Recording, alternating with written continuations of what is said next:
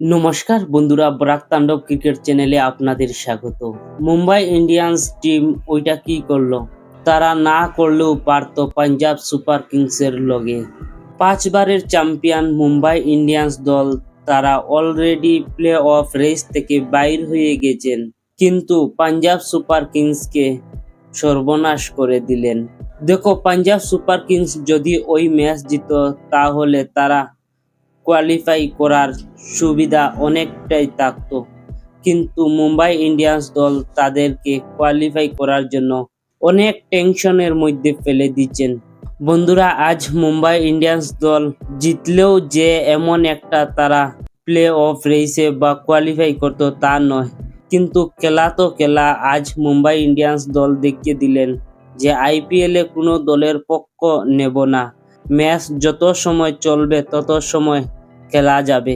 বন্ধুরা, আজ মুম্বাই ইন্ডিয়ান্স দল বনাম পাঞ্জাবের ম্যাচ ছিল। পাঞ্জাব সুপার কিংস শুরুটা তো খুবই ভালো করেছিল। প্রিয়াংশ আরিয়া এবং প্রভসিন সিং দুজনেই শুরুটা খুব ভালো করেছিলেন, এমনকি পাওয়ার প্লেতে তারা ভালো রান করে ফেলেছেন। বন্ধুরা, তারপরে তাদের উইকেট পড়তে থাকে, এমনকি পাঞ্জাব সুপার কিংস 160-70 রানের মধ্যে আটকে যেত, কিন্তু তাদের মধ্যে লাস্টে ডেড ওভারে পারফরমেন্সে 200 রান করতে তারা পেরেছে। বন্ধুরা, জবাবে মুম্বাই ইন্ডিয়ান্স দল যখন ব্যাট করতে আসেন, মুম্বাই ইন্ডিয়ান্সের শুরুটাও কিন্তু ভালো হয়েছিল। রোহিত শর্মা এবং রিয়াল রিকল্টনের পার্টনারশিপটা খুব ভালো হয়েছিল।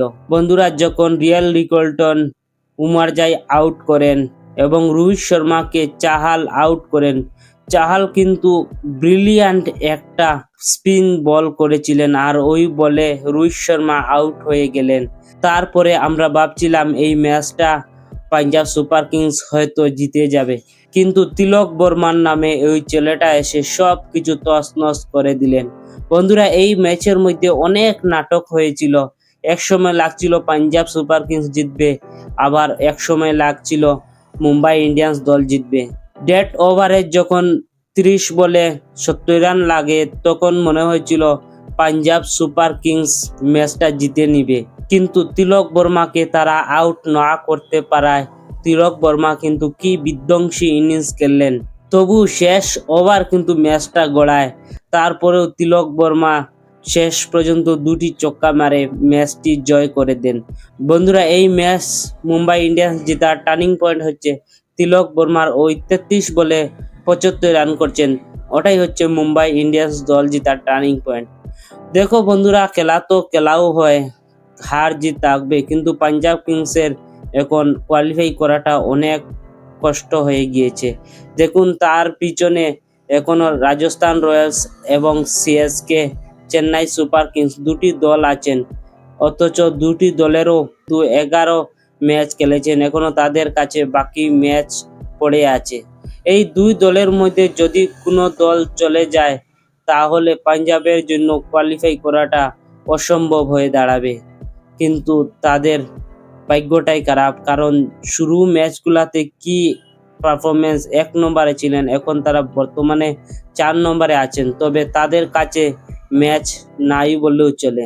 বন্ধুরা, এই ম্যাচ মুম্বাই ইন্ডিয়ান্স জিতছে, কিন্তু তাদের যে এমন একটা লাভ হবে তা নয়, কিন্তু পাঞ্জাব কিংসের জন্য খুবই গুরুত্বপূর্ণ নেক্সট ম্যাচগুলো।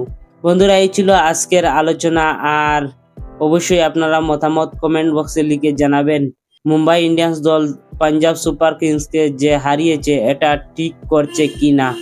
আর ভিডিওটি ভালো লাগলে লাইক করবেন, অবশ্যই চ্যানেলটিকে সাবস্ক্রাইব করে রাখবেন। ধন্যবাদ, টাটা, আবার আসছি নতুন ভিডিও নিয়ে। জয় হিন্দ।